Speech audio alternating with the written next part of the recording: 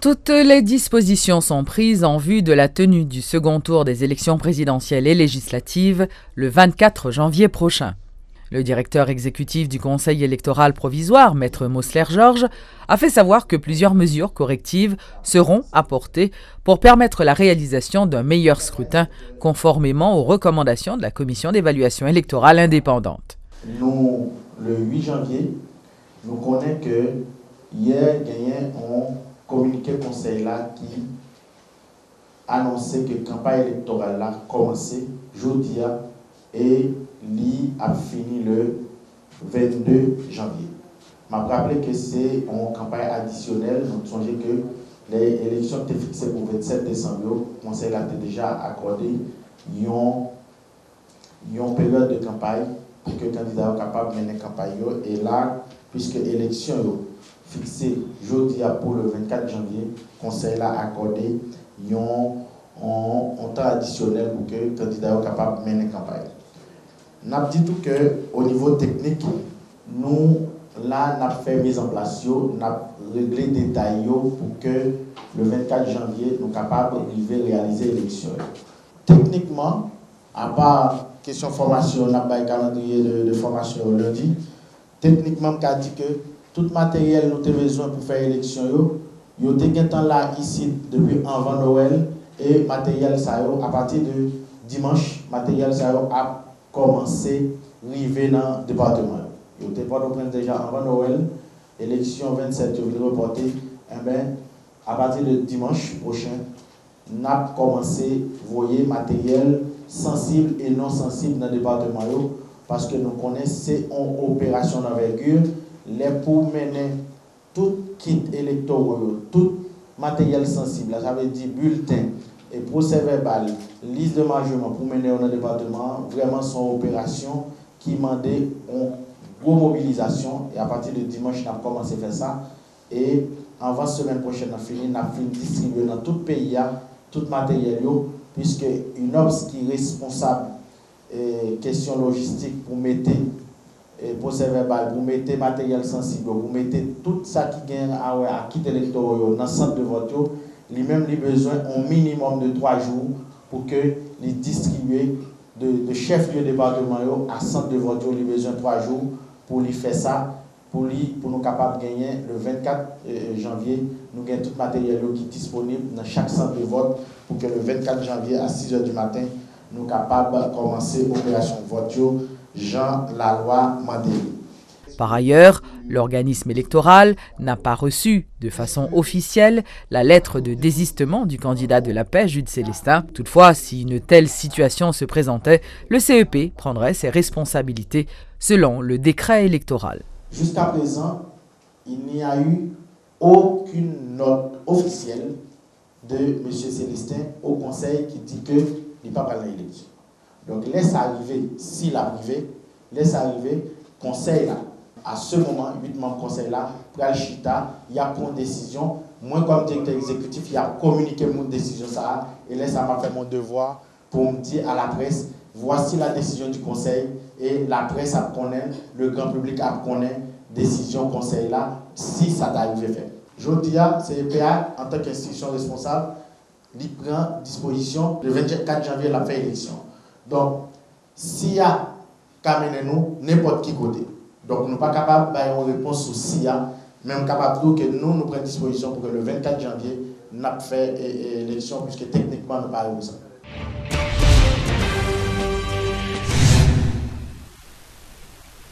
Les élections du 24 janvier risquent d'être pires que celles du 9 août ou encore du 25 octobre, selon le conseiller électoral Jacques-Céus Joseph.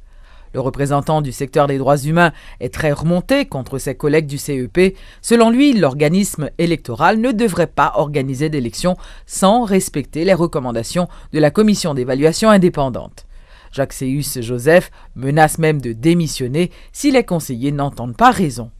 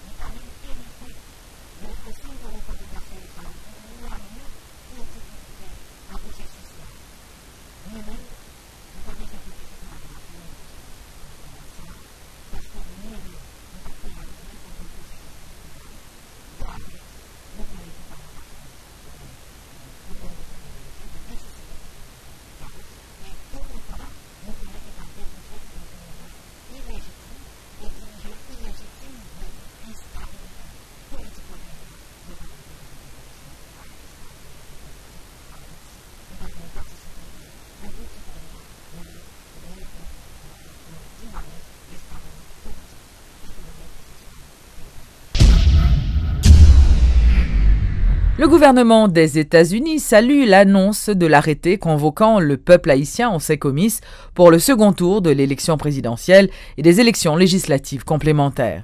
Le gouvernement américain dit son impatience à voir s'achever le processus électoral et encourage donc tous les Haïtiens à participer au vote dans la paix et dans le calme, tout en exhortant chacun à travailler pour assurer la transparence et la crédibilité dans ce processus démocratique fondamental. Ajoutons que la communauté internationale en Haïti encourage elle aussi les institutions de l'État et les acteurs politiques à prendre toutes les mesures nécessaires pour assurer un transfert pacifique du pouvoir à un nouveau président élu le 7 février, comme prescrit par la Constitution.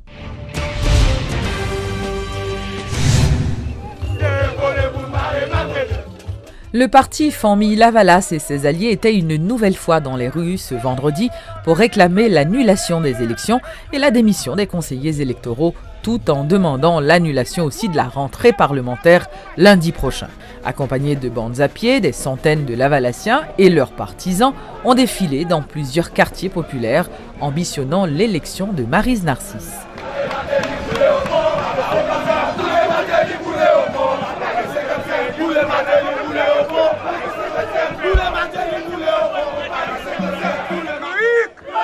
Est-ce que les parlementaires capotent de 11? Cric! Est-ce que le peuple haïtien a perdu bataille? Même si nous n'avons que colons qui étaient dans le bicentenaire, mais nous avons bataille pour nous décoloniser mental. Est-ce que nous sommes colons? Est-ce que nous avons obéi colons? Nous avons livré une bataille pacifique.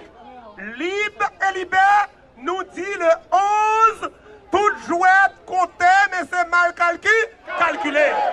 À l'ombre du drapeau haïtien, nous interpellons la communauté internationale à regarder le peuple haïtien à travers ses misères, à regarder le secteur bancaire à travers le taux d'échange qui ne fait que dominer et diminuer le peuple haïtien au niveau des déshérités du sort.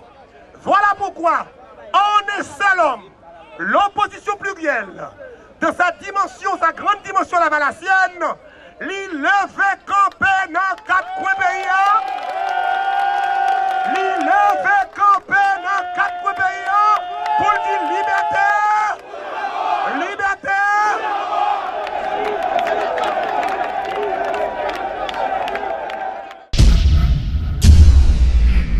L'Institut du bien-être social et de recherche IBESR, ainsi que l'Office d'assurance accident du travail, maladie et maternité au FATMA, ont signé ce vendredi un accord devant permettre à 1 millier d'enfants de bénéficier d'une couverture d'assurance santé. Ariel Gentil-Vildroin, directrice de l'IBESR, et le docteur Max Rudolf Saint-Albin, directeur général de l'OFATMA, expliquent.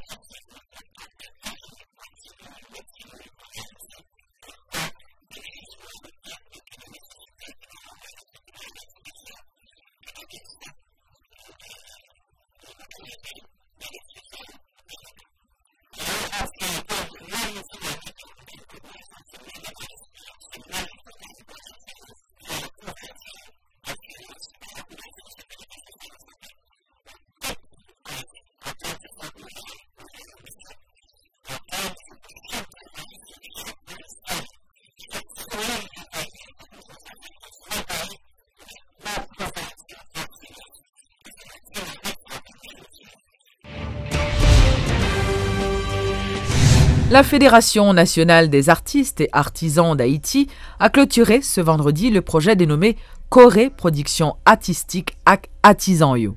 Ce programme, évalué à environ 500 000 gourdes, ayant débuté en octobre dernier, avait pour objectif, comme son nom l'indique, de soutenir les artistes et les artisans haïtiens.